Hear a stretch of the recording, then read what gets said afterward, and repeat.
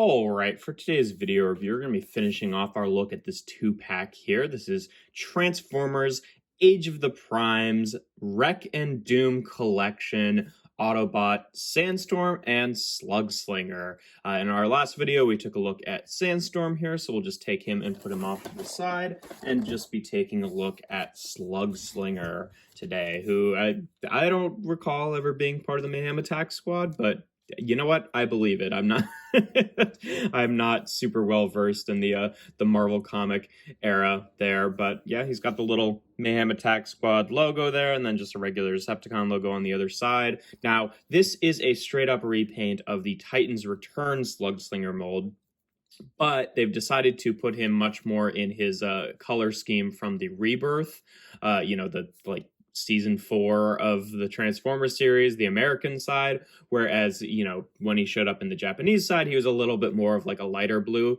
not quite as light blue as the actual toy, so there's kind of like 3 color schemes for Slugslinger, but this is going for the screen accurate color scheme from, the American cartoon. And it's a nice looking, like deep blue here. I think I still prefer the toy color scheme, mostly just because of how he looks with the other 2 Decepticon Target Masters, but it's always been a good mold. I'd say that this is the weakest of the 3 versions of the Decepticon Target Masters using that mold. It just kind of got a little less interesting as it went along. Like, it came out originally with that excellent Trigger Happy figure, and then it was done into Misfire, who still had, it was mostly the same mold, but then with a few of the tricks taken away. And this is, again, mostly the same mold, just with even more of the tricks taken away. So,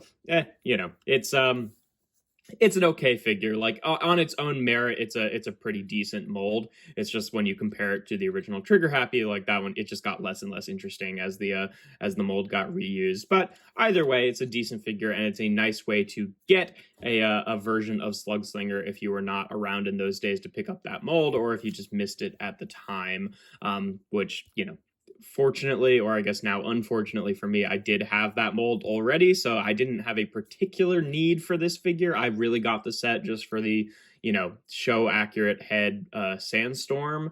But yeah, so maybe I'll sell this guy off or sell the old one off at some point, but either way, he's a nice looking double jet here. Now, obviously, since this is a repaint of the Titans Return mold, the thing that carries over is he's now a headmaster rather than a target master. Interesting that they didn't take this opportunity to give him just like a repaint of one of the other target master molds that we've gotten previously, just to give him like a buddy, but whatever. As it stands, he's pretty much just a 100% repaint of that original Slugslinger Titans Return mold, but he does come as a little headmaster here, who is again the same exact mold, paint deco. It's all the placement of the paint and all the little decals is exactly the same as it was on the Titans Return one, just with different colors. But instead of using these cockpits, obviously he's just got a separate third one in the middle here, so you can take this guy and kind of hinge up his feet here and just slot him in and close that up, and you can barely even tell he's there. Comes with the same guns as the Titans Return mold. He still has the this was one of the better ones, but he has the gun that's like, has the little hollow section so that you can place the Titan Master in there, which looks silly, and whoever even wanted to do that. But his gun is one of the more solid ones. Like, you can kind of forgive the little gap section there, because a lot of them were just like straight up hollow, but this one's okay. But in terms of storage, you are supposed to just peg these onto the underside of the wings, which, works as the individual guns, but it does really bug me that they're not symmetrical. But I don't know. It's not the worst storage in the world, but it is a little bit cumbersome. It's a shame that they can't like just peg on top somewhere so they could sit like centrally, because they do peg into each other, so you could have that going on, and just having that being able to like sit up there would look a little bit nicer in my opinion. But as it is, that's what our options are here in terms of comparisons in this mode. Here he is with Kingdom Sideswipe. Obviously that scale is it probably doesn't work. I don't know. He's a fictional jet, so I guess it could, but either way, that's what the two of them look like together. Here he is with the previous Slug Slinger here, just so you can see this guy's really much more based on the toy colors, and this guy is more based on the cartoon colors. So it's nice to have that option, but you can really see like all the little decals and things like that. They're nice little details, but they are exactly the same. Like actually, you know what? Even the colors look pretty similar. I guess he doesn't have the little green dots that the original one had, but yeah, you know, it's still nice detailing, but it's just a matter of pick your poison here. Or if you weren't able to get this guy at the time, this is an excellent way to get this mold that, you know, you wouldn't have otherwise been able to get. And then we can take off his little Titan Master here and compare him to the original. Again, the exact same mold, paint in the same places, just, you know, slightly different. And then obviously there's their heads there. But yeah, and then last but not least, we can take him off and then show him off with the other two Titans Return Decepticon Target Masters there, and they look pretty good together. Again, this is why I lean more towards the cartoon colors, because I feel like it looks a little bit strange to have these guys together with the two kind of dark blues. I know he's an even darker blue, but I don't know, just this guy kind of matches the vibrancy of this set a little bit more, whereas these two, it kind of makes Misfire look like the odd one out. I don't know, to each their own. It's really personal preference. I would have been satisfied with this guy had I not already had this guy, but if I had to pick between the two, I do think I still like this guy a little bit better, but you know, to each their own. But yeah, to get onto transformation, obviously he's the same as pretty much every other version of this mold. Well, not, I guess, strictly speaking, because Trigger Happy has like twice as much transformation as the other two, but basically we'll just take the little Titan Master out for now, close this up, take the wings and just fold them up to untab them from the arms here, and then you can take the arms themselves and just untab them from the side there.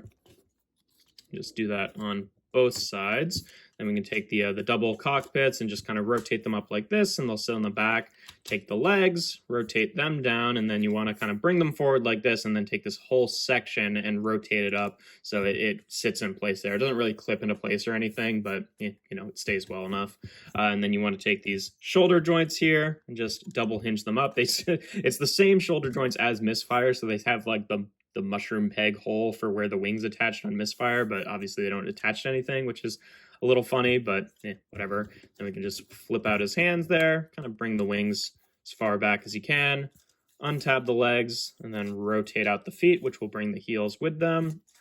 And then obviously we just want to take the Titan Master here. He's got the typical, you know, Titan Master articulation. He's got the ball jointed arms there, ball jointed head, and then you can bend his knees and his legs like together, but you just want to fold him up like that, and then he'll plug into that hole right there. Maybe. There we go. And there we have Slugslinger in his robot mode. And yeah, he looks nice. This is definitely a lot more accurate to the color scheme in the show itself. Whereas, like I said, the original one was much more based on the toy. But yeah, you know, he looks a little bit classier, but a little less interesting, I would say, is like the main difference between these guys. Obviously, we can give him his weapons here. He can, you know, hold them either as individual weapons or, you know, combine them. Obviously, it's still not a target master, but and then to store them, you could just peg them onto the wings. Again, with the asymmetry, they stick out a little bit, especially that double barrel one is not as elegant, but you know, it's a shame that they didn't just omit those weapons and then like include the little, you know, like repaint of a target master instead. I guess it probably just wasn't in the budget. I would think that, you know, since those guys are largely two pieces and these are two pieces and make up more plastic, that it would kind of even out, but maybe the paint budget just didn't allow for it. I don't know. It would have been nice to see, but you know, to each, well, I was going to say to each their own. That doesn't make any sense in this context. Oh, well, I guess. In terms of articulation, it's, you know, it's same as every other version of this mold. Head's on a ball joint there with a little, you know, Titan Master wiggle. His shoulders can rotate around like that and hinge out to the side. He does, of course, have the hinged at the body rotation at the shoulder joint, which means like if you rotate his arm forward, he can't like fold it out to the side without like bringing his shoulder at a weird angle, which is kind of unfortunate, but you know, his arms are unencumbered enough that it doesn't really bother me so much with him. He's got a bicep rotation, pretty deep elbow bend there. His wrist can only bend in. He does have a waist cut. I do find that this bit does not stay in line very well, even worse than, you know, the original versions of this mold, unfortunately. Hips are on ball joints, but you can go forward and back. That will happen.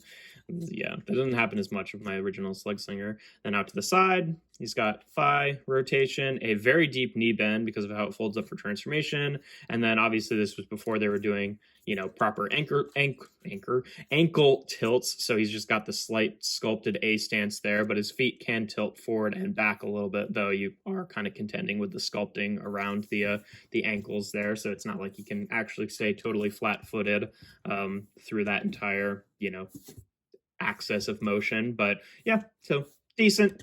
Like I said, he's got all the nice little decals on him, which are pretty much the same as they were on the original. But yeah, in terms of comparisons in this mode, here he is again with Kingdom Sideswept. So you can see pretty much average size deluxe there. Here he is again with the original Titans Return Slugslinger. So you can really see they're pretty much exactly the same, just with different color schemes. Like all the little decals are in the same place. All the paint like hits are in the same place, just different colors. It's really just about the molded plastic. I mean, it is nice that he's got like the silver on the chest here rather than this guy who's got like the, you know, like the painted white on his face as well. But still, like I said, this guy I think looks a little classier. This guy looks a little more interesting. To each their own. That's the difference between them.